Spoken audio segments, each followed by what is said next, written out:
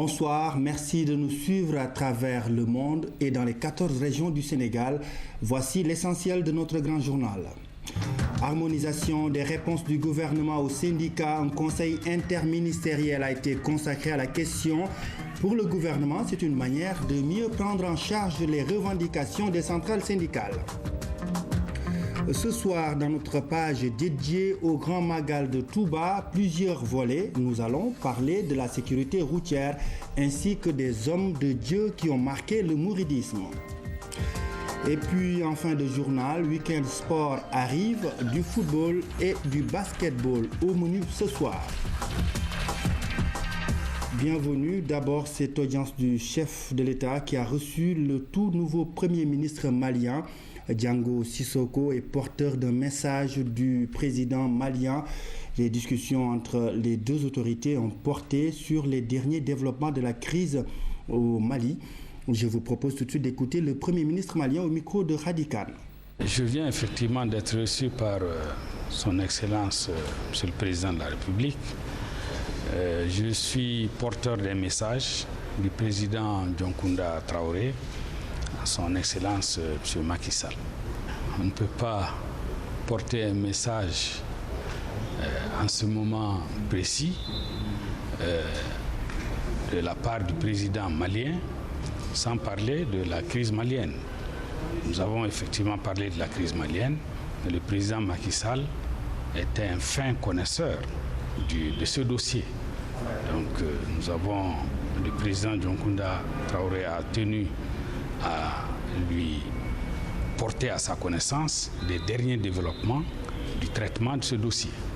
Le président de la République a très bien accueilli le message et il a prodigué des conseils, fait des recommandations pour un traitement encore plus efficace et plus efficient de ce dossier. Je vous le disais en titre, le Premier ministre Abdoul Mbaye a présidé ce vendredi un conseil interministériel consacré à l'harmonisation des réponses au cahier de charges, au cahier de doléances des syndicats, une nouvelle démarche qui permet au gouvernement de mieux prendre en charge les revendications des travailleurs. Le compte-rendu de Seydina Alunfal. Les centrales syndicales soumettent chaque année les mêmes doléances au président de la République à l'occasion de la fête du travail. Dorénavant, les cahiers des doléances ne seront plus des documents soigneusement rangés dans les tiroirs. Ce conseil interministériel est l'occasion d'harmoniser les réponses aux revendications consignées dans les cahiers de doléances des syndicats. Tous les cahiers de doléances qui étaient fournis par les centrales syndicales ont été étudiés, synthétisés et envoyés aux centrales syndicales d'abord pour validation. Les cahiers de doléances ont été transmis aux différents membres du gouvernement qui sont concernés, au patronat et à tous les partenaires. Et aujourd'hui, le gouvernement était en train de faire le point. À l'heure actuelle, les revendications les plus importantes ont été satisfaites. Les pensions des retraités ont été valorisées. Les salaires des travailleurs ont aussi été augmentés avec la baisse des impôts. C'est près de 29 milliards qui vont retourner aux travailleurs. Une augmentation des pensions de retraite de 10%. Et un travail est en train de se poursuivre pour que les petites pensions à ce niveau aussi soient sensiblement améliorées. Le gouvernement ne compte pas s'arrêter en si bon chemin. Des mesures sont prises pour assister les populations les plus démunies. Dans le cadre des bourses familiales, pour aider les pays, les populations, les familles les plus pauvres à pouvoir disposer d'un minimum de ressources et pouvoir survivre. Le gouvernement donc a pris des mesures qui vont déjà dans le sens de la prise en compte des revendications les plus essentielles des travailleurs. Le gouvernement a opté pour le dialogue avec les organisations sociales et les centrales syndicales. Les négociations sectorielles initiées dans les différents ministères vont se poursuivre, selon le ministre de la fonction publique. Le gouvernement va très bientôt convoquer une commission nationale qui va faire le point sur toutes les revendications des centrales syndicales afin de dégager des solutions réalistes et réalisables. Réhabilitation de la route Passy-Sokone, l'Union européenne débloque 10 milliards de francs CFA. La cérémonie de signature de la convention de financement s'est tenue cet après-midi. Occasion saisie par les deux institutions pour inviter au respect du contrôle de la charge à l'essieu. C'est pour une bonne préservation du réseau routier sénégalais. Le compte-rendu de Fatou Diouf. L'effectivité du contrôle de la charge à l'essieu permet à l'État du Sénégal d'économiser 34 milliards de francs CFA par an. Et l'Union européenne en a fait une condition avant la signature de cette convention de financement qui vise la réhabilitation du tronçon Passy-Sokone. Coût global des travaux, 10 milliards de francs CFA. La réhabilitation d'un axe routier, et en particulier celui d'un corridor régional, offre des opportunités nouvelles de développement économique. Cet engagement de l'Union européenne s'explique par le fait que les infrastructures deviennent une nécessité absolue pour la consolidation des processus d'intégration régionale et jouent un rôle primordial pour l'accès aux services de base, en particulier pour la santé et l'éducation. Le gouvernement du Sénégal rassure sur la bonne exécution du projet afin de veiller à la pérennité des routes.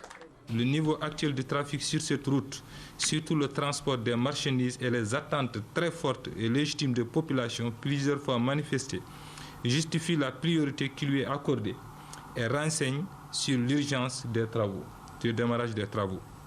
La réalisation de cette route exige donc un suivi permanent des travaux afin d'en garantir la qualité et les délais impartis. L'Union européenne, principal bailleur de fonds du gouvernement sénégalais dans sa politique de développement socio-économique, un financement de 84 millions d'euros est prévu dans quelques mois. Parlons santé dans ce journal avec un tour au Centre africain de télémédecine de l'hôpital Fann. Un outil moderne important pour une meilleure prise en charge des malades. Les autorités sanitaires y étaient. Elles ont eu droit à des explications et à une séance de démonstration. Ramatadem. L'hôpital Fann enrichi d'un joyau moderne. En effet, il est doté depuis peu d'un centre africain de télémédecine équipé avec l'appui de l'Inde. Un outil plus qu'important puisqu'il s'agit d'un moyen efficace pour les médecins de mieux prendre en charge les malades où qu'ils soient à travers le monde. Une fierté donc pour l'hôpital Fann. Et donc aujourd'hui, la télémédecine permet valablement de pouvoir, par le biais des experts qui sont présents dans les différentes structures de santé, notamment dans les structures de niveau 3, de niveau assez élevé, ont la possibilité d'aider leurs collègues qui sont dans les régions. Les autorités ont voulu constater de visu la magie opérée par les nouvelles technologies, puisqu'avec le Centre africain de télémédecine, le diagnostic vital des patients est mieux pris en charge grâce au concours des médecins du monde qui échangent sur les cas des patients compliqués. Étant entendu qu'il a une vocation nationale, ce n'est pas un service de l'hôpital. Il a une vocation nationale, donc il faut le porter au niveau national. Peut-être que c'est cela, peut-être la tare congénitale de ce service, qui doit rayonner sur l'étendue du territoire, sinon en fait de la sous-région. Il n'y a donc que par la modernité que l'on pourra mieux prendre en charge les populations, surtout ceux des coins reculés. Faute de personnel et d'infrastructures suffisants, le centre de télémédecine pourrait hautement contribuer à sauver la vie de nombreux patients qui n'ont pas la chance d'accéder à certaines structures ou certains professeurs et médecins. Ce centre est logé à Fann, mais c'est un centre de référence national. Bien évidemment, il peut continuer à loger à Fann, mais avoir des missions qui dépassent l'hôpital de Fann, qui dépassent Dakar, qui soient de couverture nationale. Et donc ça suppose qu'au-delà de ce qu'essaie de faire l'hôpital de Fann, que le gouvernement vous aide à achever en 2013. En 2013, il faut que le centre soit totalement achevé. Moi, je vais aller plus loin. Je dirais que d'ici 2016, l'ensemble du pays, les hôpitaux, les centres de santé, les postes de santé, l'ensemble, je ne dis pas 100, je ne dis pas 200, l'ensemble de ces structures, d'ici 2016, devront être connectées. Le Centre africain de télémédecine, un outil moderne pour plus d'efficacité dans le travail des médecins du Sénégal. Et nous allons à présent à Sinthiou, Bamambé et à Bakel, deux localités de la vallée du fleuve Sénégal, où les populations ont pendant 72 heures bénéficié de prises en charge médicale gratuite. L'action est de 2 opérateurs économiques proches du chef de l'État, Kalidou Wagué et Mamadou Konté, ont l'ambition d'être au chevet des populations démunies. Voici le compte-rendu d'Abdoulaye Sinkare. Dans cette école de Sinthiou Bamambé, c'est le grand rush. Les populations sont venues voir les médecins de l'action sanitaire pour le Fouta. Ici, les consultations et soins sont gratuits. On salue leur passage et leur présence ici à Sinthiou Bamambé. Nous souhaitons encore qu'ils continuent cette action qui est vraiment une action noble et digne de son nom. C'est une campagne extra vacances. Les pathologies qu'on rencontre ici en général, c'est chez les personnes âgées en général, c'est les lombalgies chroniques, l'hypertension artérielle mal suivie en général. Chez les jeunes, c'est les infections, les petites infections qui deviennent chroniques. Mais bon, on essaie de faire avec les moyens du bord. Ce geste de proche du chef de l'État est salué par le maire de Sinthiou Bamambé. Pour lui, le développement du Fouta doit passer avant tout par une bonne santé des populations. Kalidou Wagué et Amadou Konté ont poursuivi leur action jusqu'ici, à Bakel. Dans cette ville, le district sanitaire a vu son personnel renforcé par des membres de l'ASFO. Aujourd'hui, des populations des villages très reculés ont pu venir assister à ces consultations dans des spécialités différentes, notamment dans le domaine de la gériatrie, dans le domaine de la pédiatrie et de la gynécologie, également dans le domaine de la chirurgie dentaire, ce qui a permis d'avoir un éventail de soins diversifiés, mais également des médicaments génériques qui étaient à leur disposition et surtout des soins qui étaient entièrement gratuits. Pour les natifs de Bakel, ce genre d'initiative est à perpétuer. Au nom de toute la population du département environnant, que ce soit la Mauritanie jusqu'à dans le Djeri, nous remercions et félicitons Kalidou Wagué par rapport à cette initiative et cet acte qui est noble, qui est social, qui n'est pas facile à voir. Et pour moi, c'est une grande première dans ce département. Je suis natif de cette localité. Pour la première fois que j'ai eu à voir cela, et vraiment, il y a eu une participation forte de la population. Sinthiou Garba aussi a reçu cette campagne humanitaire. Pendant 72 heures, les populations de la vallée du fleuve ont pu bénéficier de prises en charge sanitaires gratuites. Les organisateurs ont promis de pérenniser ce geste de haute portée sociale. Le réseau national Islam Santé Éducation réaffirme son engagement pour la lutte contre le sida. Les imams comptent jouer un grand rôle pour stopper la pandémie. Leur combat débute par la sensibilisation contre la transmission mère-enfant. Aline Badarakan. La prière est bien naturellement leur première arme, mais les imams disposent également d'une autre corde à leur arc, le sermon, un atout précieux qu'ils comptent utiliser pleinement pour freiner le sida, notamment la transmission mère-enfant. L'importance des sermons dans la réponse est d'une nécessité capitale.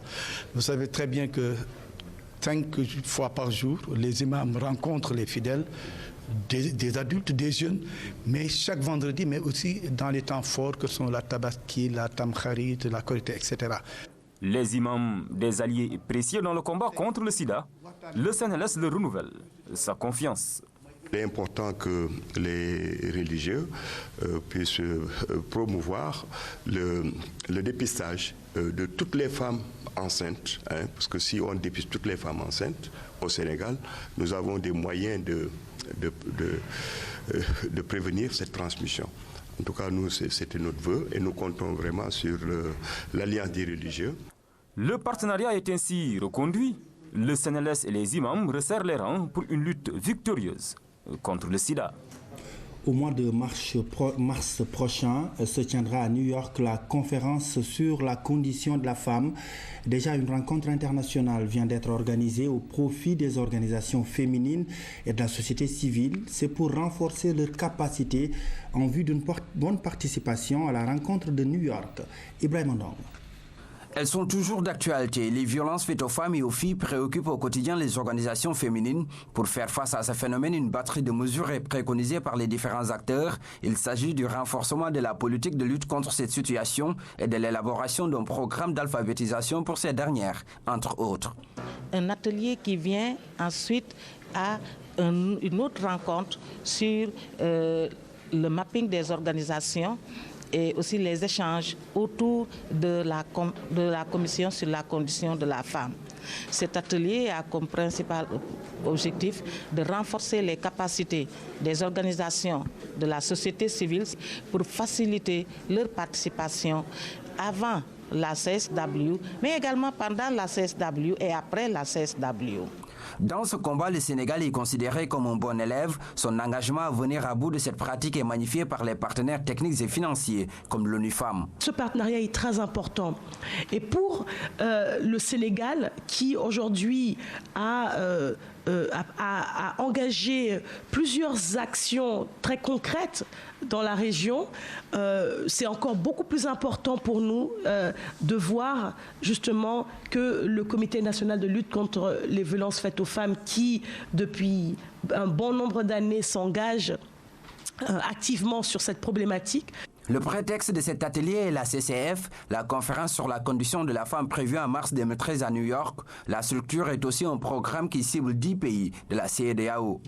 Il s'agit aujourd'hui de voir comment accompagner ces organisations qui ont été choisies au niveau pays dans le processus de préparation de la participation à la commission de la condition de la femme. D'une part, parce qu'il y a tout un processus national qui devra être organisé autour d'un rapport qui sera produit par les organisations de la société civile, mais également qui devra être partagé par le gouvernement.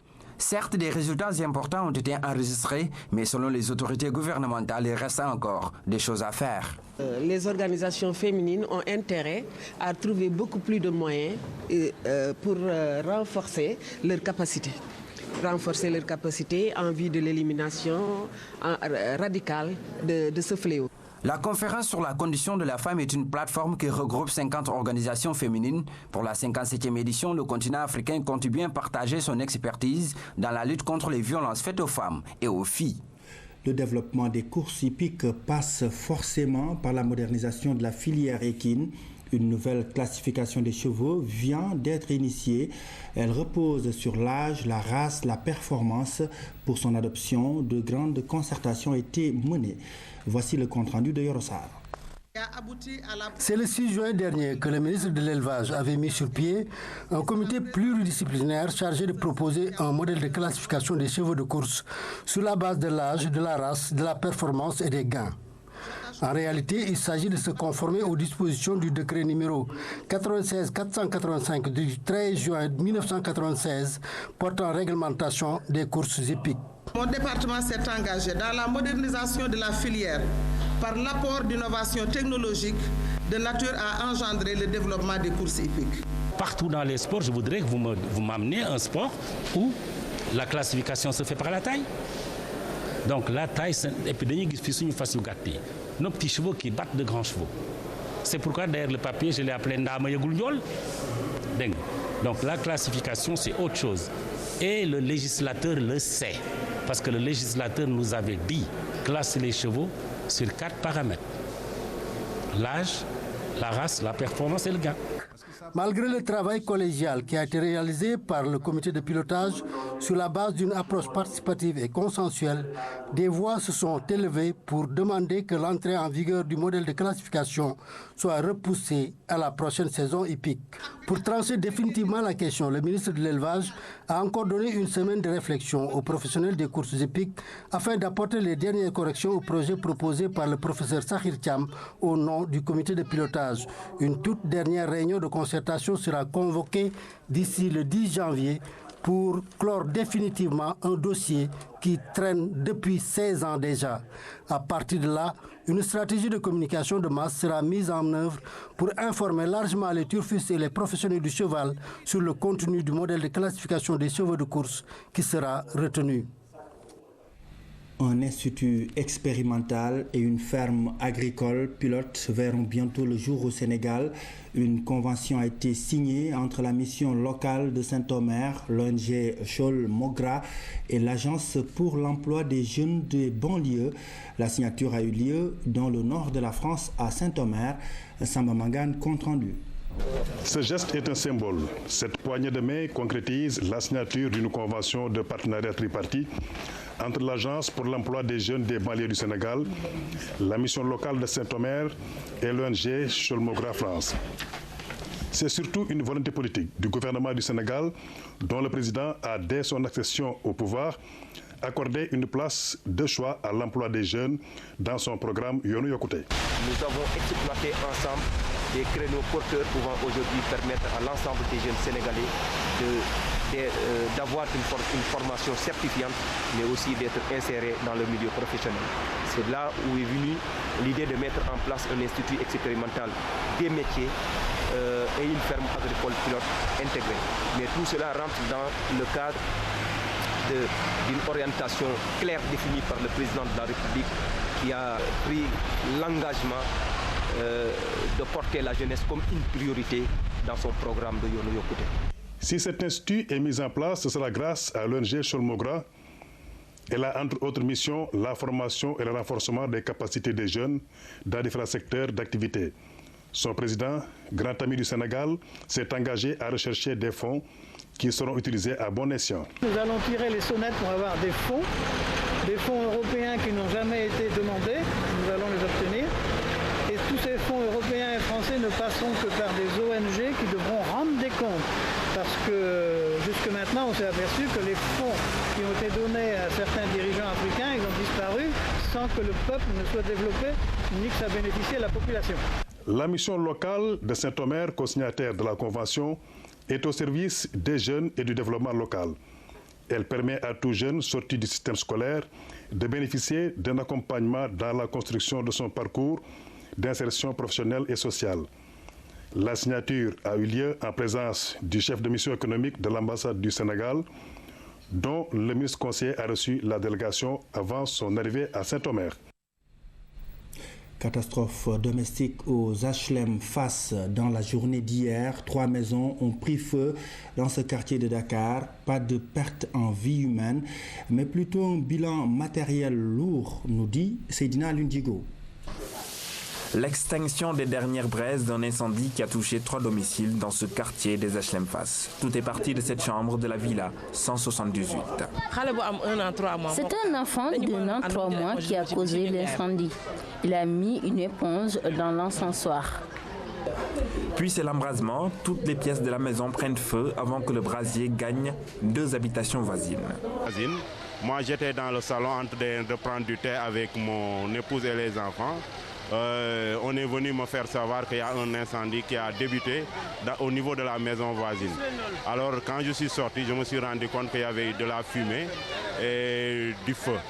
C'est ainsi qu'on a essayé de sécuriser d'abord les personnes et les bonbons de gaz, etc. Et ensuite, les enfants du quartier sont venus. Première intervention jusqu'à l'arrivée des sapeurs-pompiers, jugée quelque peu tardive. Il faut qu'ils ont mis un peu de temps. Mais heureusement, les enfants du quartier vraiment ont eu à faire un travail vraiment que je salue. On nous a contactés à 19h03. Nous étions ici déjà à 19h08. On a commencé l'insection. Ensuite, le feu a été vraiment éteint avec des moyens suffisants. Plus de peur que de mal, pas de victimes humaines, mais les dégâts matériels sont conséquents. Au total, 12 chambres ont pris feu.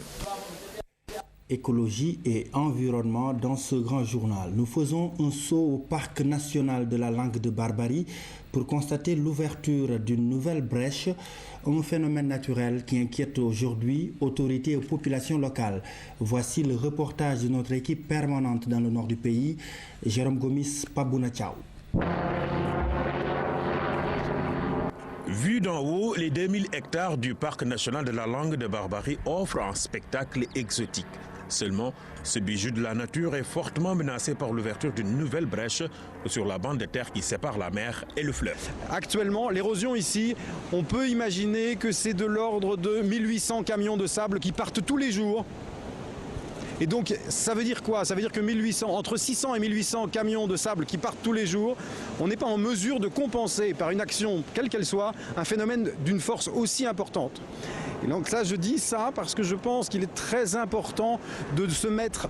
Il faut accompagner la nature, il ne faut pas s'opposer aux forces de la nature, elles sont beaucoup plus fortes que nous. Je veux dire par là que, par exemple, pour la question de la protection de Saint-Louis, Saint-Louis est protégé par un fleuve de sable. Entendez-moi bien, un fleuve de sable, c'est quoi? C'est qu'il y a ces 1800 camions de sable, ils arrivent par la Mauritanie, le long de la plage. Les poissons payent déjà le tribut de ce qu'on pourrait appeler une catastrophe écologique. Une partie de la flore du parc est complètement sous les eaux et les villages aux alentours menacés de disparition. Ici, l'urgence est visible. Ce phénomène-là, si l'État ne préconise pas des solutions, là, ça va dégrader sur tout le long de la langue de Barbarie et il y aura la population locale qui se trouve vers le côté droit, là, qui vont quitter leur demeure. Moi, ce que je suggère en ce moment, c'est que l'État dégage des moyens pour aller ouvrir l'autre embouchure qui se trouve vers le sud, parce que toujours on constate, on dit qu'une embouchure, il s'avance du nord vers le sud. Le parc est menacé, sérieusement d'ailleurs. C'est pour cela l'ASAP, l'Association pour l'appui à la surveillance des aires protégées du Sénégal, en étroite collaboration avec la direction des parcs nationaux et les écogardes, a initié une opération de nettoyage de la berge, parce qu'avec les flux que vous voyez comme ça, la houle, il y a beaucoup de déchets qui sont partis s'injecter dans le parc national. En partenariat avec la coopération espagnole et sous l'égide de l'UNESCO, l'association de soutien aux aires protégées sensibilise les populations à préserver le parc. Des populations qui, elles, ne souhaitent qu'une seule chose, que le parc qui est aussi leur lieu d'habitation soit sécurisé, bien conservé, car il y va de leur survie. Politique. Moins d'1 an après son installation à l'Assemblée nationale, Souleymane Ndéné Ndiaye quitte le Parlement. L'ancien Premier ministre devenu député a démissionné hier. Convenance personnelle ou raison politique. En tout cas, ce départ de l'hémicycle suscite beaucoup de commentaires, dont celui de notre reporter Ousmane Garifaye. L'affaire pourrait s'agir des tout premiers dégâts collatéraux de la motion de censure. En tout cas, la presse qui relaie l'information évoque la récente initiative des libéraux de déposer le gouvernement d'Abdoul Mbaye comme raison principale à sa spectaculaire démission. Mais pour les analystes politiques, ce départ précipité de l'hémicycle traduit un signe extérieur de malaise dans le Parti démocratique sénégalais. En jetant l'éponge au bout seulement de 7 mois de députation, le soldat libéral perce la ligne de front qu'il s'était tracée vis-à-vis de ses frères d'armes depuis la chute du régime. En plusieurs occasions, l'homme a réaffirmé son ancrage dans le Parti libéral, mais sa trajectoire politique et ses prises de position parfois tranchées le classent par moments en marge de la ligne de conduite édictée par le parti, faisant de lui la cible privilégiée de francs-tireurs embusqués dans certains coins de sa formation politique. Réputé proche du chef de l'État Macky Sall, le dernier premier ministre d'Abdoulaye Wade se prévaut d'une carrière politique remplie. Directeur de cabinet du président de la République, ministre, premier ministre, député, il a gravi tous les échelons dans l'attelage gouvernemental et son parti. Avec cette démission, il devient le 3e parlementaire à claquer les portes de l'hémicycle après Talla Sylla en 2001. Deux questions à plusieurs inconnus. S'agit-il là d'une simple mesure de principe au regard de son statut d'ancien Premier ministre, ou est-il en train de poser les jalons d'une rupture définitive avec le Parti démocratique sénégalais? En tout état de cause, le soldat est en poste avancé pour faire éventuellement sauter le dernier verrou qui lui ouvrirait les portes d'une carrière politique dont il serait son propre maître. Politique toujours avec la création d'une nouvelle coalition. Elle se nomme Defar Sa Réew et elle porte l'empreinte de Maître Mbaye Jacques Diop, l'ancien maire de Rufisque et président du PPC, compte construire une opposition républicaine. Déjà, il prône un débat politique responsable. Cheikh Ahmadou Bamba Gueye. Composée de 10 formations politiques, la coalition Defar Sa Réew n'entend pas être une opposition systématique au président de la République, bien qu'elle ait eu à déplorer la dégradation des rapports entre la majorité et l'opposition.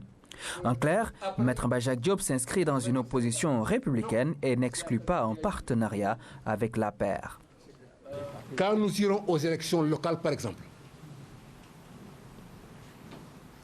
si dans une ville donnée, à Pékin, à Guédiawaye, à Ouakam, à Yoff, encore à Rufisque, à je ne sais pas où, nous constatons ensemble, nous, acteurs politiques, que dans ce coin-là, c'est l'UDSR qui est plus représentatif que l'APR. À ce moment-là, on fait un partenariat. Par exemple, on dira, on donne 10 conseillers, 10 investis au titre de l'UDSR et 5 ou 6 au titre de l'APR. Et ensuite, vice-versa. Si dans un autre coin, l'APR est plus fort ou plus représentatif, on donnera à l'APR 15 ou 20 et on donnera au parti de choses 2 ou 3. Et on formera une coalition électorale pour la circonstance. Pour autant, on n'est pas intégré à l'APR. Pour coller à l'actualité, le président de la coalition des Farceréo s'est prononcé sur le débat du délit d'offense au chef de l'État. Maître Bajak Diop estime qu'il faut du respect au chef de l'État et se dit être en phase avec lui. Nous ne sommes pas pour que le président soit offensé. Mais nous ne sommes pas pour aussi que quiconque soit offensé. Quiconque ne doit être offensé. Tout ça est prévu par la loi. Les gens ont des droits. Donc, nous sommes pour la protection du président de la République. Il faut qu'il soit protégé, qu'il soit immunisé. Parce que le président ne parle pas pour lui, ne parle pas aussi pour son parti. Ça aussi, il faut bien qu'on le comprenne. Le président a la voix du Sénégal. Convaincu qu'aucun parti politique ne peut à lui seul briguer la magistrature suprême, Maître Bajak Diop et ses camarades comptent également participer aux élections locales de 2014 avant la grande échéance de 2017. Nous ouvrons notre page dédiée au Grand Magal de Touba en parlant de sécurité routière.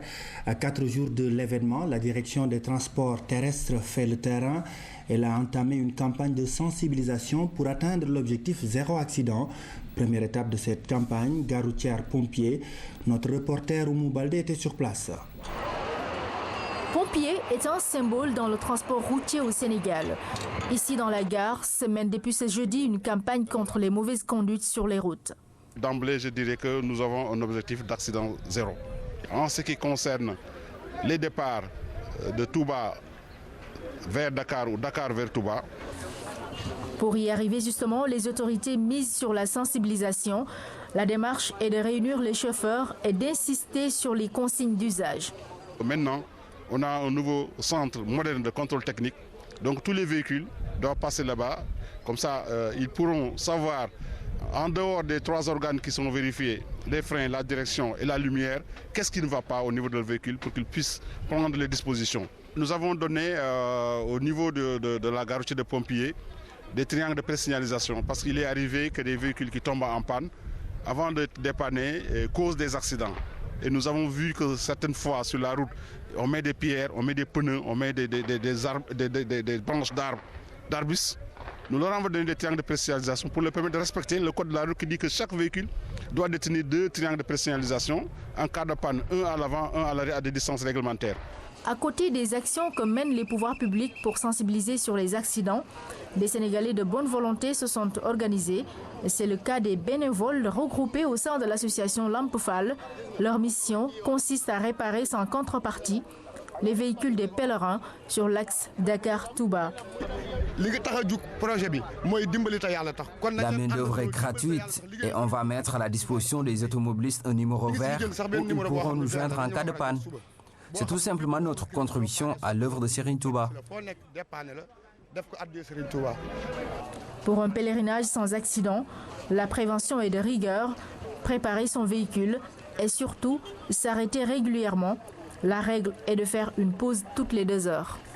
Par rapport à ce grand rendez-vous religieux, ce communiqué du ministère des Infrastructures et des Transports à l'occasion du Grand Magal de Touba, prévu le mardi 1er janvier 2013, les véhicules sénégalais de transport public et privé de personnes ayant une police d'assurance et un certificat d'aptitude à la visite technique en cours de validité sont autorisés à circuler librement sur les itinéraires aboutissant à Touba et autres durant la période du 25 décembre 2012 au 8 janvier 2013 inclus.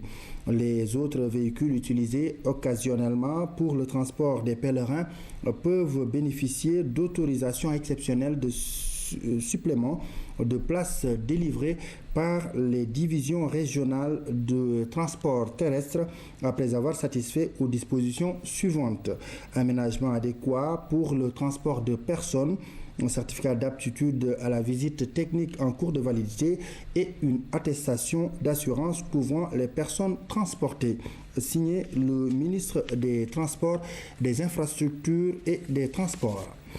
Ce soir, nous vous parlons de l'un des premiers disciples de Cheikh Ahmadou Bamba. Cheikh Issa Diène était au premier rang dans tous les grands travaux entrepris par la communauté mouride. C'est le cas lors de la construction de la grande mosquée de Diourbel. Laïré Diop. La grande mosquée de Diourbel, elle domine de sa splendeur la capitale du Baol. Le chef-d'œuvre architectural porte l'empreinte de Cheikh Issa Diène. C'est à lui que Cheikh Ahmadou Bamba avait confié les travaux de construction. C'est que Cheikh Issa Diène a été au premier plan dans toutes les entreprises initiées par la communauté mouride. Travailleur infatigable, il a aussi beaucoup contribué à la construction de cet endroit-ci à Kergoumak, où Khadim Rassoul a été rappelé à Dieu en 1927. Comme le fondateur du mouridisme, les origines de Cheikh Issa Diène mènent au Fouta. Sa rencontre avec Serigne Touba et son aura avait été prédite à son père, Ibrahima Diène, par un marabout du nom de Amadou Racine Niane. Au quartier Ndiéné à Touba, où réside sa descendance, on se plaît à remonter le temps et à raconter les liens forts qui unissaient Cheikh Issa Diène à Cheikh Ahmadou Bamba. C'est à Darou Khoudoss que Cheikh Issa Diène a fait acte d'allégeance à Serigne Touba et au terme d'une journée de travaux champêtres effectuée après l'acte d'allégeance, il a reçu les remerciements du saint homme qu'il a ensuite élevé au rang de cheikh. Un insigne honneur qui montre les qualités que Serigne Touba avait vues en lui.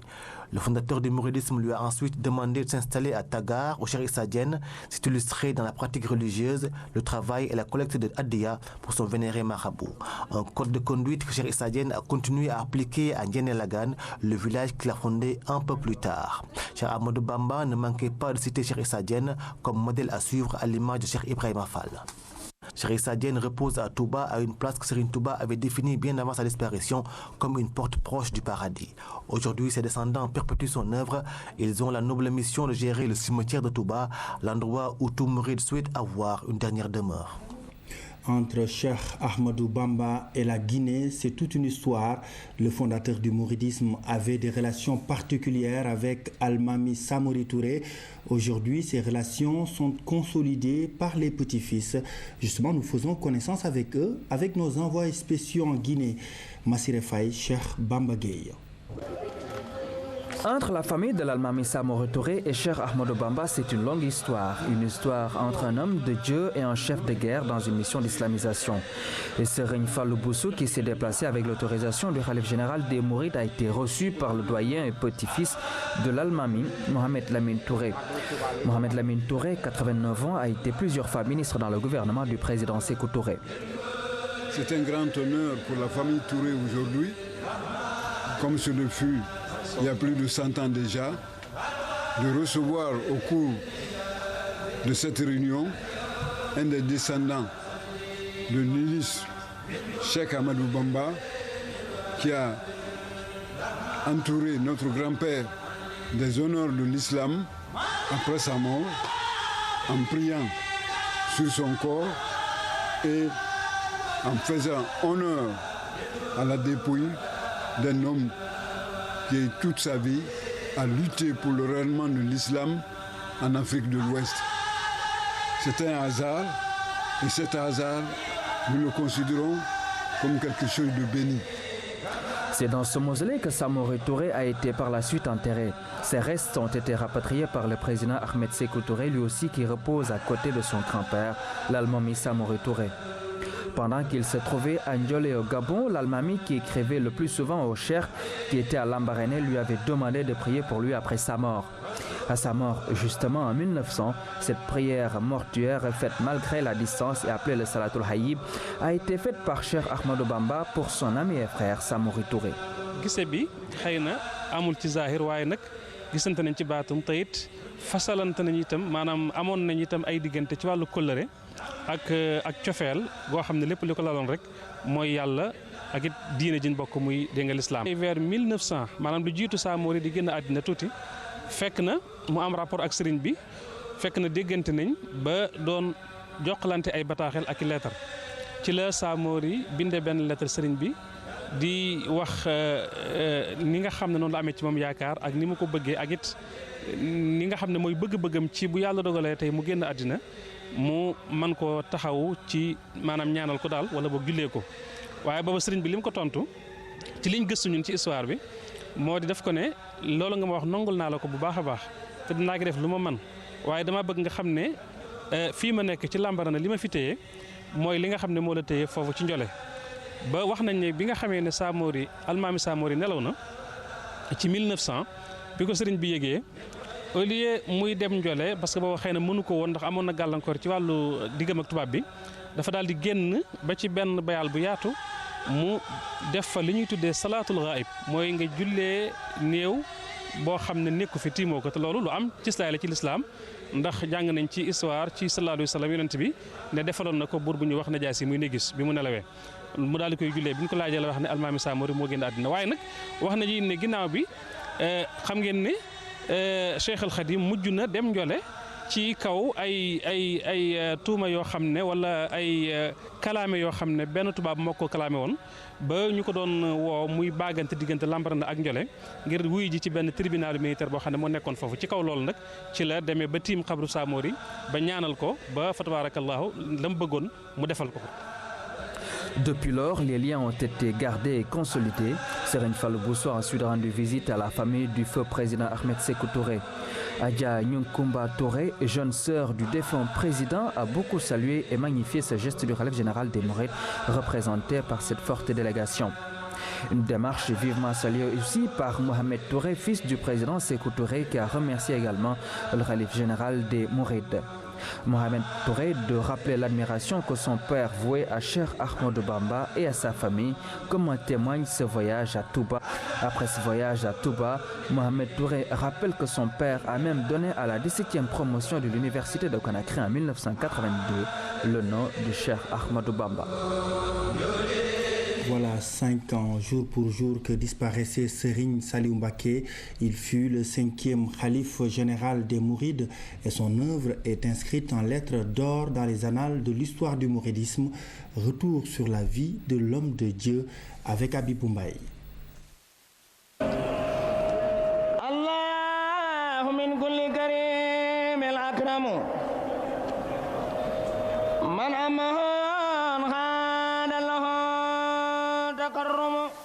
La communauté mouride était tellement attachée au dernier fils de Cheikh Ahmadou Bamba sur terre qu'elle a voulu l'immortaliser, lui donner une vie éternelle par un leitmotiv de prière quotidienne, collective et individuelle, très populaire. Yàlla na fi yàgg te wér, c'est-à-dire longue vie et bonne santé, faisant fi parfois de l'immanence de ce décret divin qui met fin à toute vie sur terre, Kullu nafsin za'iqatul maut. Serigne Saliou Mbacké, à l'instar de la meilleure des créatures, Seyyidina Mohamed, paix et salut sur lui, de son serviteur Khadimou Rassoul, ainsi que tous les hommes de Dieu, ne pouvaient déroger à ce passage dans l'au-delà. Son séjour terrestre de 92 ans, il l'a abondamment rempli de bonnes actions. En 1990, alors qu'il venait d'accéder aux fonctions de khalife général des Mourides, sa première déclaration a sonné comme un couperet. Un discours mémorable où il a d'emblée indiqué que, hormis l'islam et par conséquent la gestion de l'héritage de Serigne Touba, rien ne saurait retenir son attention, encore moins susciter de sa part commentaires ou directives quelconques. Dans cette entreprise colossale de sauvegarde des valeurs islamiques, Serigne Saliou a su faire preuve de désintéressement pour ce bas monde, avec une modestie non feinte, une générosité sans limite, une piété cristalline qui lui ont valu une estime notoire de toute la Oumma islamique. Grand producteur, il était très attaché au travail au point de mettre sur pied des daras, Agot, Ndiapandal, Ndiourul et Ndoka avant même son accession au khilafa. Mais le sommet du dévouement au travail sanctificateur a été Khelcom, cet énorme projet agricole de 45 000 hectares qui a fini de convaincre sur la grande ambition de développement du 5e khalife de Bamba. Très attaché à la ville sainte de Touba, Cheikh Salih a marqué de son empreinte de nombreuses réalisations avec de grands projets d'urbanisation qui lui avaient permis de viabiliser 100 000 parcelles offertes gracieusement aux disciples, sans compter les projets routiers, de canalisation et d'électrification pour la ville sainte. Comme pour dire qu'aller à Touba sans voir l'empreinte indélébile de cet homme de Dieu dans la ville, chez les hommes, surtout les enfants qu'il chérissait tant, est une chose rare. Serigne Saliou sant naa ko bu baax ndax lii ma sol moo ma ko jox te daara ja ku fa nekk ku santu Serigne Sall da nga gorewul ndax daara ja ku fa guy jóge da nga lekk ba suur doo yerwaane doo def dara lépp yaa loo bëgg rek mu ngi sawet man sama waajur yóbbu na Serigne Sall jàng naa alxuraan jëli naa fab yar inna ibadi laysa laka alayhim sultaanun ay yasamini allahu inda Hommage à Serigne Saliou Mbacké qui est disparu il y a maintenant plusieurs années. Il était le cinquième khalife donc du mouridisme au Sénégal. Retour sur le 6e forum et gala du FOGECA. Plusieurs pays africains ont pris part aux manifestations. L'invité d'honneur de l'événement était le président Denis Sassou Nguesso. La soirée de gala s'est tenue le week-end dernier et a été présidée par le ministre du Tourisme. Le compte-rendu d'Awa Ndiaye. Cette année, le parrain du FOGECA est le président Denis Sassou Nguesso. Un avion spécial a été affrété par le président congolais. La délégation a été conduite par le ministre d'État, ministre des Transports, de l'Aviation civile et de la Marine marchande à Dada. Le président de la Guinée équatoriale, le professeur Obiangema Mbasogo, a aussi envoyé une délégation conduite par le ministre de l'Information, Augustin Zé. Dakar, cette grande ville africaine chargée d'histoire, abrite aujourd'hui le 6e forum des opérateurs pour la garantie de l'émergence économique en Afrique sur le thème « Le partenariat public-privé dans une nation en voie d'émergence est tout un symbole ». Je ne ferai que transmettre à mon président vraiment tout ce qui a été fait et qui a été dit ici au Sénégal sur lui. Je vous en suis très reconnaissant et je vous dirais que le président Obiang, nous en Guinée équatoriale, nous le considérons un visionnaire. Parce que notre pays, je l'avais dit hier, dans les années 60 et les années 70, et même dans les années 80, était considéré le pays le plus pauvre de l'Afrique. Plusieurs pays invités se sont distingués lors du 6e gala du FOGECA. La Guinée, le Togo et plusieurs opérateurs économiques africains étaient présents. Le thème retenu pour l'édition 2012 est le partenariat public-privé, la problématique du transport aérien en Afrique. Les conclusions du FOGECA ont été lues par le professeur Edmond Jouve, académicien des sciences d'outre-mer. À l'issue des débats, le forum a retenu les recommandations suivantes. 1. Le FOGECA doit intégrer davantage dans sa démarche son rôle d'interface entre les différents acteurs du PPP. 2. La nécessité d'une meilleure implication de la société civile dans son rôle de monitoring en phase avec les principes de la bonne gouvernance, nouveau credo des autorités gouvernementales. Le FOGECA est un groupement d'opérateurs économiques à vocation sous-régionale et continentale. Notre ambition est de réunir les opérateurs économiques du continent autour de l'objectif du développement de l'Afrique et de l'idéal des États-Unis d'Afrique. Dans ce cadre, nous poursuivrons en 2013 la dynamique d'élargissement de la base continentale de notre organisation. Le président Denis Sassou Nguesso et le chef d'État de la Guinée équatoriale se disent prêts à accompagner le FOGECA dans toutes ses démarches. Le gouvernement était représenté par le ministre du Tourisme Youssou N'Dour. Plusieurs entreprises et personnalités ont reçu des distinctions, dont l'ancien directeur général de la RTS, M. Babacar Diagne. Week-end sport, comme tous les vendredis soirs, la sportive. Koumba Diakhatemar, bonsoir. Bonsoir Tierno. Bienvenue, nous parlons d'abord de football avec le tournoi du Parlement qui a démarré cet après-midi. Avec les demi-finales et à l'issue de ces demi-finales, Djambar et HLM sortent victorieux de leur duel. Djambar a éliminé le champion en titre, le Casa Sport, par 1-0, alors que HLM s'est imposé devant Tenguedj au tir au but 4-3. Nous y reviendrons d'ici la fin de ce journal des sports. Alors, pour la Coupe d'Afrique 2013, il y aura des arbitres sénégalais. Et du coup, le Sénégal sera présent à la Coupe d'Afrique des Nations, 29e édition, à partir du 19 janvier en Afrique du Sud. La Confédération africaine de football a désigné 3 arbitres sénégalais. Il s'agit de Badara Diatta de l'Accra de Ziguinchor comme arbitre central et de 2 arbitres assistants, Djibril Kamara et El Hadj Malik Samba de l'Accra de Dakar. Dahaba nous en dit plus. Un concours fortuit de circonstances pour ce trio d'arbitres de la dernière finale de la Coupe de la Ligue sénégalaise de foot pro. Les 3 ont été désignés par la Confédération africaine de football pour la 29e édition de la Coupe d'Afrique des Nations. Le plus capé d'entre eux, Badara Diatta, l'arbitre du dernier match de la CAN 2012, va vers sa 5e participation. Personnellement, je m'y attendais. Bon, déjà que je suis candidat pour la Coupe du Monde 2014 au Brésil. Et aujourd'hui, moi, je n'ai pas le droit de faire moins. Autre sifflet sénégalais à la CAN, Afrique du Sud 2013, l'arbitre assistant l'Accra de Dakar, Djibril Kamara. En 2012, il avait fait 3 matchs dans un quart de finale. Sa désignation est la suite logique d'une carrière entamée en 2000. C'est une continuité tant qu'on est sur la bonne voie, tant qu'on est performant.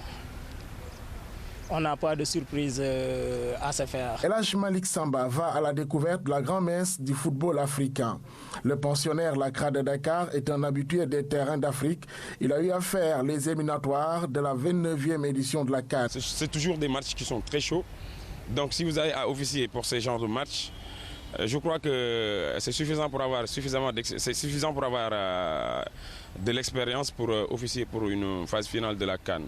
Les 3 arbitres sénégalais désignés par la CAF reviennent d'un stage de formation pour la Coupe du Monde Brésil 2014. La CAN Afrique du Sud 2013 constitue un tournant décisif dans leur carrière. Mon rêve, c'est d'aller jusqu'en finale. Sur le plan physique, sur le plan mental, il faut avoir un mental de fer en tant qu'arbitre. Il faut avoir un bon niveau intellectuel. Des ambitions légitimes, mais les conseils de l'aîné ne sont pas de trop. Les équipes arrivent avec beaucoup d'envie pour gagner et que nous, on est là pour canaliser un peu tout ça. Donc vous voyez un peu la responsabilité qui pèse sur nous, surtout le sérieux et la concentration, c'est ça qui prime le plus. Les représentants du Sénégal à ces rendez-vous du football africain quitteront Dakar une semaine avant le coup d'envoi de cette CAN 2013. Ce trio va certainement consoler les Sénégalais qui ne verront pas leur équipe nationale. Ah oui, qui n'iront pas en Afrique du Sud à partir de janvier. Et du foot, nous passons à l'athlétisme. Avec la championne d'Afrique au marteau Amicenne en séjour au Sénégal, l'athlète sénégalaise est revenue sur sa contre-performance au JO de Londres. Amicenne se réjouit de la distinction qui lui a été décernée par l'ANPS, l'Association nationale de la presse sportive, avait désigné Amicenne comme meilleure sportive de l'année 2011. Un extrait de l'entretien qu'il a accordé à Massour Sow que nous écoutons. Après, très déçu au niveau sportif, déçu de ne pas avoir pu faire ce que je voulais, parce que je me suis vraiment préparée cette année pour atteindre une finale olympique. Mais bon, après, c'est assez compliqué sur plusieurs points. La préparation elle est difficile quand on n'a pas forcément les moyens qui sont derrière. Il y a eu un manque de suivi, de tout le monde et c'est vrai qu'arrivé au jeu, on a eu une belle récompense. Mais je pense que cette prime elle est arrivée trop tard parce qu'on ne l'a pas eu pour notre préparation, donc on ne pouvait pas décrocher l'or sans avoir les moyens derrière. Donc ça, j'étais très déçue. Et c'est vrai que c'est dommage pour l'ensemble des sportifs sénégalais. Je pense qu'on a autant de qualité qu'eux. Peut-être je pense qu'eux se préparent mieux. Ils ont un meilleur suivi, un meilleur soutien derrière que nous, on n'a pas malheureusement. Et c'est dommage, quoi. Ravie et puis fière d'avoir eu cette distinction. C'est vrai que j'avais reçu un appel d'Omar Loum, qui est ancien athlète du Sénégal. Et il m'a annoncé que justement que j'avais eu le titre de Lion d'or, je crois. Et du coup, je lui ai demandé mais c'est quoi Et il m'a dit que j'ai été élue meilleure sportive sénégalaise. Et c'est vrai qu'avoir cette distinction avec tous les grands sportifs qu'il y a au Sénégal, c'est énorme. Je trouve ça énorme. Et nous passons au basketball avec la 5e journée du championnat national qui se joue ce week-end. Une journée marquée par pas moins de 4 chocs au programme. Vous allez découvrir le tableau de cette 5e journée d'abord chez les hommes avec le Dakar Université Club qui reçoit Louga Basket Club à Marius Ndiaye, Douane Rail ensuite et puis dimanche HLM Basket Club contre Bop, c'est un derby. Saint-Louis Basket Club UGB aussi le derby du Nord, c'est à Saint-Louis. Et du côté des dames, il y a Bop qui joue contre Ziguinchor et puis Kayor contre Mbour Basket Club. C'est à Mbour le derby quessois. À Saint-Louis, UGB Sibac et Saint-Louis Basket Club JA. Et pour boucler la boucle avec les dames dimanche, un choc Diaraf Ville de Dakar au stadium Marius Ndiaye. Et nous revenons sur les premières images des demi-finales du tournoi du Parlement. Avec l'affiche de la finale entre Djambar et HLM dimanche à 17h. Vous le voyez, c'est le dernier tir victorieux de Seydina Mohamed Boy de l'équipe des HLM. Ce tir a permis à son équipe de se qualifier pour la finale. Et pour la seconde demi-finale, c'est Djambar qui marque, regardez ce but de Ousseynou Ndoye qui permet au Djambar de se qualifier pour la finale. Et Thierno précisait que le tournoi du Parlement ouvre officiellement la saison de football au Sénégal. D'ailleurs, le tirage au sort du championnat national aura lieu ce samedi. Cette saison, les clubs ont retenu la formule d'une poule unique avec donc 16 équipes. Et pour ce qui est de la Ligue 2, ce sera une formule de poule de 8 équipes. Et Thierno, on enchaîne directement sur les annonces. La finale du Parlement dimanche à 17h à ne pas louper entre Djambar et HLM. Et en levée de rideau, il y a la petite finale entre Tenguech et le champion en titre du Sénégal, le Casa Sport. Et puis le dopage, l'Organisation nationale antidopage du Sénégal qui organise une session de formation ou de sensibilisation à Kaolack ce samedi sur les méfaits du dopage, une formation destinée à une trentaine de sportifs venus de Kaolack, Fatick et Diourbel. Et elle sera animée par le professeur Fallou Cissé, par ailleurs président de l'ONATS Thierno. C'est fini pour ce soir? C'est fini. Rendez-vous lundi dans Kenkeliba et vendredi prochain pour un autre week-end sport. Merci, c'était tout pour ce grand journal. Merci de vous intéresser à ce que nous faisons. Bonsoir, à demain soir.